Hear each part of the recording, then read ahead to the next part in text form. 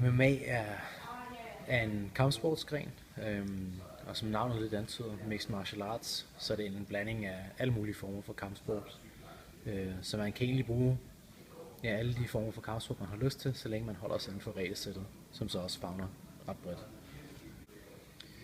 Jamen ja, jeg har fået en UFC-kontrakt nu, og hvor stort det er, det kan vel måske sammenlignes lidt med at komme i Champions League, hvis man er fodboldspiller, eller blive udtaget til landsholdet, eller hvis man kan måske også sammenligne det med Kevin Magnussen, der får et sæde i Formel 1. Så det er sådan, det er oppe i den allerhøjeste liga, man kan komme.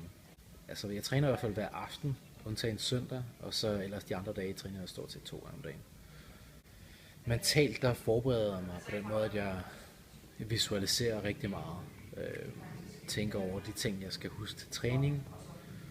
Kigger meget videoer af min modstander, så jeg ligesom har et billede af, hvad han gør, og kan holde det i tankerne, når jeg laver sparring. Og så prøver jeg bare at være så fokuseret som muligt, når det kræves. Nicolas Dalbys UFC-debut er sat til den 30. maj, hvor han på udebane møder en anden debutant, nemlig brasilianske Elizeu Zaleski.